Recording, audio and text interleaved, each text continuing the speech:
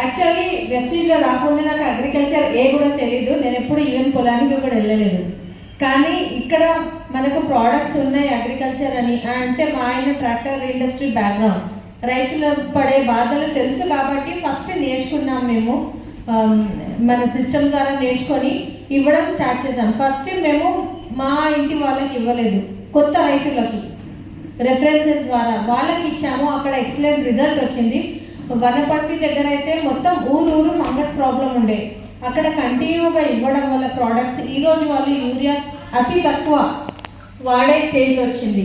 ఇంకా దాని తర్వాత మా పొలాలకి మేము ఇవ్వడం స్టార్ట్ చేసాం. మా ఫ్యామిలీకి ఒక 20 acres ఉంది.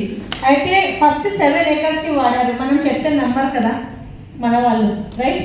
ఫస్ట్ 7 acresకి వాడారు వాళ్ళు, మంచి రిజల్ట్ వచ్చింది మా అన్న వాళ్ళు. దాని తర్వాత బిజినెస్ స్టార్ట్ చేశారు. మళ్ళీ 20 acresకి 100 bags యూరియా డిఏపి తెప్పించేవాళ్ళు. అది ఇప్పుడు ఆల్మోస్ట్ 50కి తక్కువ అయింది.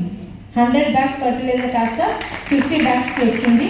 అండ్ దిగుబడి కూడా ఎక్సలెంట్, ఆల్మోస్ట్ 30 to 40% దిగుబడి పెరిగింది. అండ్ చుట్టుపక్కల ఎట్లా అంటే వీళ్ళ పంట ఎక్సలెంట్ ఉంటుంది, వరి గింజలు గట్టిగా ఉంటాయి, తాలిపోవు అని అట్లా ఉంది. ఇలాగే ఎంతమంది రైతులకి ఇచ్చాము. ఇంకొక రైతు ఒక 25 bags వెళ్ళేటంట ఒక ఎకరానికి, మా డౌన్లో అయిన అతను కూడా. అయితే అతనికి 40 bags వరకు వస్తుంది ఇప్పుడు. అంటే ఎంత ఎక్సలెంట్.